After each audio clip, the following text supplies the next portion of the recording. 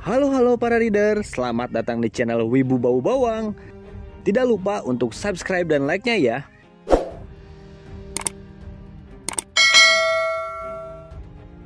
Seperti biasa, sebelum Mimin WBB nampilin chapter terbaru, Mimin akan ceritain chapter sebelumnya. So, jangan salah paham ya.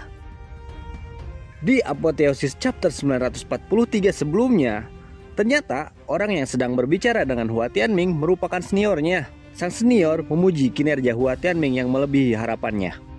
Hua Tianming mulai mengira kalau senior yang berbicara dengannya mungkin saja adalah prajurit Cio. Tapi ternyata orang yang berbicara dengan Hua Tianming hanyalah serpihan jiwa yang tertinggal dalam ujian tersebut. Sang senior memperingati di masa depannya nanti, jalan yang akan dilalui oleh Hua Tianming akan lebih berliku. Beberapa saat kemudian, Hua Tianming keluar dan berkata kalau dirinya telah berhasil melewati ujian tambahan tersebut. Sontak semua orang yang mendengarnya kaget. Dong Fangsun berspekulasi, di masa depannya nanti Hua Tianming akan menduduki tempat pertama di Pulau Terapung. Hua Tianming pun lulus dan diizinkan pergi ke Pulau Terapung Dongfang. Tidak lama, Yingqing mengucapkan selamat pada Hua Tianming. Yingqing terlihat senang karena akan pergi bersama Hua Tianming ke Pulau Terapung. Saat itu juga, mereka yang lulus dikirim langsung ke Pulau Terapung melalui saluran transportasi.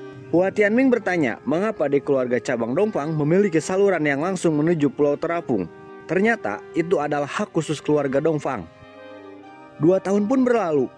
Lu Jeng terlihat sedang berpamitan pada istri pertamanya Ning Yudi. Melihat kesedihan Ning Yudi, Lu Jeng berkata kalau urusannya kali ini tidak akan terlalu lama. Han Jiuyi lalu mengajaknya pergi. Lu Jeng menanyakan keberadaan Lunian, yang ternyata Lunian akhir-akhir ini selalu berada dalam dunia labu emas. Saat hendak akan pergi, Lunian memanggil Lu Jeng. Lu Jeng lalu mengusap kepala anaknya. Sebagai ayah, Lu Jeng menasihati anaknya untuk tidak banyak bermain. Lu Jeng berkata kalau dirinya akan pergi untuk menyelesaikan urusan. Lunian yang melihat ayahnya berkata, untuk masalah bahasa Sanskerta serahkan pada diriku. Dan dia juga berkata jangan kecewakan aku dalam perjuangan ini. Sesampainya di barat, Bibi Han Jiuyi memberitahu di depan garis yang dilihatnya merupakan area non serangan. Ternyata Han Jiuyi tidak berniat ikut dalam kompetisi Taoisme. Dia berniat menyelesaikan urusannya dengan keluarga Han. Mereka pun berpisah. Lu Jeng yang pertama kali memasuki area non serangan merasakan nafas luar biasa dari kerangka. Setengah bulan kemudian, banyak pejuang yang berkumpul menuju kota suci. Ternyata kota suci Roumu berbeda dengan kota-kota lainnya, di mana untuk bisa memasuki kota suci, bayarannya bukanlah koin senwu, melainkan hanya perlu menunjukkan bahasa Sanskerta. Terlihat ada seorang penjual yang menghampiri Lu Jeng, dan dia menawari bahasa Sanskerta padanya. Tentu saja, Lu Jeng menyadari bahasa Sanskerta yang ditawarkannya tidaklah berharga. Lu Jeng memberitahukan isi atau arti bahasa Sanskerta yang ditawarkan penjual tersebut. Singkat cerita, ada 2 orang yang melihat Lu Jeng. Salah satu temannya berkata kalau Lu Jeng menjelaskan sama persis seperti Master Aoki. Mereka berdua pun mulai tertarik pada Lu Jeng dan mencoba mengenalnya. Tapi mereka tidak melakukannya karena ingin melihat hal lain yang akan dilakukan Lu Jeng. Lu Jeng lalu memperlihatkan bahasa Sanskerta pada penjaga gerbang kota suci Roumu. Orang-orang melihat dengan kagum karena Lu Jeng memiliki bahasa Sanskerta asli. Mereka pun berbondong-bondong mencetaknya. Yang dikira Lu Jeng itu seharusnya hal yang umum, bagi orang-orang itu sangat luar biasa. Lu Jeng melihat batu yang menarik dan ternyata itu adalah batu gosok, digunakan untuk menyalin bahasa Sanskerta. Lu Jeng berhasil keluar dari kerumunan dan lalu pergi ke dalam kota suci. Kedua orang yang melihat Lu Jeng dari kejauhan memutuskan untuk terus mengamatinya. Penasaran kelanjutannya? Yuk langsung saja kita baca chapter 944 dari Manhua Apotheosis. Tidak lupa untuk terus support autornya dengan cara beli komik aslinya di kota kalian jika sudah terbit ya.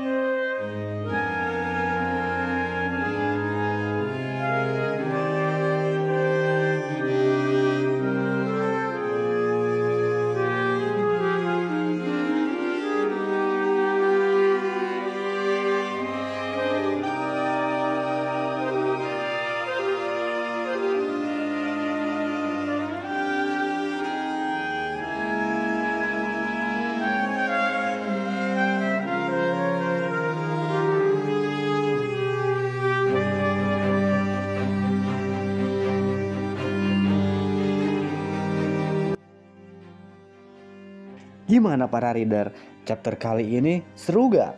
Pastinya seru dong. Mimin mohon maaf jika ada kesalahan terjemahan maupun alur cerita. Jangan lupa like dan subscribe-nya. Sampai jumpa di chapter selanjutnya. Bye-bye.